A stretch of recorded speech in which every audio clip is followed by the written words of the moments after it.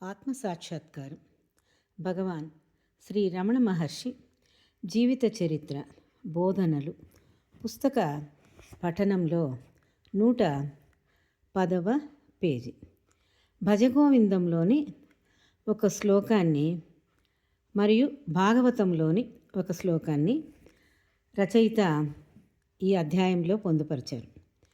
కాతే కాస్త కస్తే పుత్రః సంసారోయ మతీవ విచిత్రః కస్యత్వం కః కుతః అయాతః తత్వం చింతయ తదిదం భ్రాంతః. నీ భార్య ఎవరు? నీ కుమారుడు ఎవరు? ఈ ప్రపంచం విచిత్రమైనది. నీవు ఎవరివాడవు? నీవెవరవు? ఎక్కడివాడవు?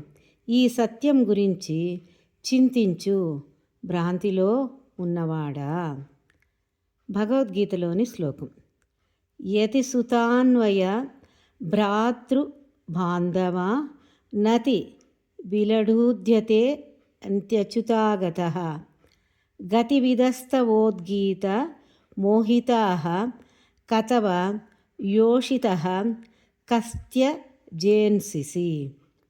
మేము గోపికలము, భర్తలను, బిడ్డలను, సోదరులను, ఇతర బంధువులను విడిచి నీ వద్దకు వచ్చాము. కృష్ణ, నీ జాడ తెలిసింది. నీ గీతికాలాపం వల్ల సమ్మోహితులైనము. చీకటిలో స్త్రీలను ఎవరైనా విడుతురా మోసగాడా అని ఈ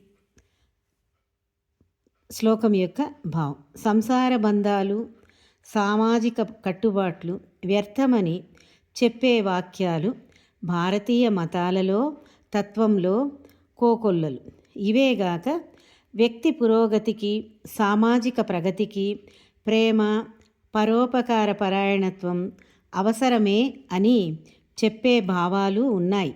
అయితే ఈ రెండు రకాల బోధనలు పరస్పర విరుద్ధాలు. వాటి సమన్వయం ఎట్లా కుదురుతుంది?